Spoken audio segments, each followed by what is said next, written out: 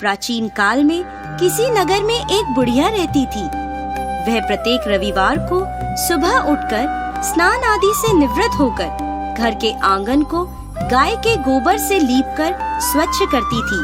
उसके बाद सूर्य भगवान की पूजा करती, फिर भोजन तैयार कर सूर्य देव को भोग लगाकर स्वयं भोजन करती थी।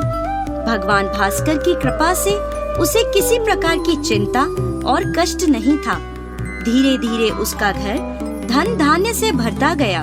उस बुढ़िया को सुखी देखकर उसकी पड़ोसन उससे जलने लगी। बुढ़िया के पास कोई गाय नहीं थी, अतः रविवार को घर लीपने के लिए वह पड़ोसन के आंगन में बंधी गाय का गोबर लाती थी। पड़ोसन ने ईर्ष्या में आकर अपनी गाय को घर के भीतर बांध लिया, जिस कारण बुढ़िया को रविवार को गोबर नहीं मिला।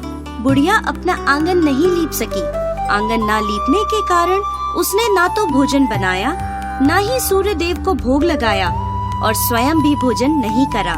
सूर्यास्त होने पर भूखी प्यासी सो गई। इस प्रकार उसने निराहार व्रत करा। रात्रि में सूर्य भगवान ने उसे स्वप्न में दर्शन दिए और उन्होंने भोग न लगाने का कारण पूछा। तो बुढ़िया ने बहुत ही करुण स्वर में पड़ोसन द्वारा घर में गाय बांधने और गोबर न मिल पाने की बात कही। सूर्य देव ने अपने भक्त की परेशानी का कारण जानकर उसकी परेशानी दूर करते हुए कहा, माता, मैं आपकी भक्ति से प्रसन्न हूँ। मेरा व्रत करने और कथा सुनने से निर्धन को धन और बांझ स्त्रियों को पुत्र की प्राप्ति होती है। इसलिए मैं आपको एक ऐसी गाय देता हूँ जो सभी इच्छाएं पूर्ण करती है।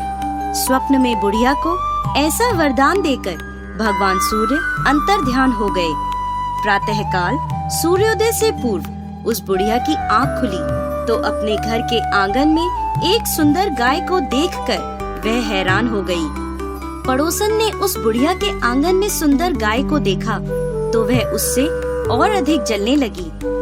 जैसे ही गाय ने सोने का गोबर किया, पड़ोसन की आंखें फट गईं। पड़ोसन ने उस बुढ़िया को आसपास न पाकर तुरंत उस गोबर को उठाया और अपने घर ले गई तथा अपनी गाय का गोबर वहाँ रख आई।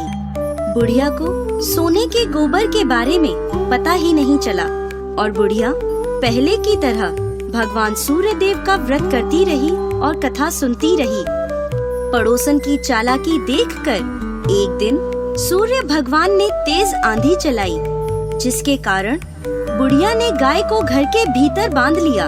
सुबह उठकर बुढ़िया ने गाय का गोबर देखा तो उसे बहुत आश्चर्य हुआ। उस दिन के बाद बुढ़िया गाय को घर के भीतर बांधने लगी।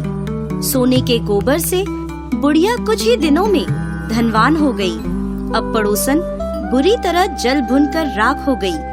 जब उसे सोने का गोबर पाने का कोई उपाय नहीं सूझा तो वह राजा के दरबार में पहुंची और राजा को सारी बात बताई। राजा ने अपने सैनिक भेजकर बुढ़िया की गाय लाने का आदेश दिया। सैनिक बुढ़िया के घर पहुँचे। उस समय बुढ़िया सूर्य भगवान को भोग लगाकर स्वयं भोजन ग्रहण करने वाली थी। राजा के सैनिकों ने गाय को खोला और अपने साथ महल की ओर ले चले। बुढ़िया ने सैनिकों से गाय न ले जाने की प्रार्थना की। बहुत रोई चिल्लाई, लेकिन राजा के सैनिक नहीं माने।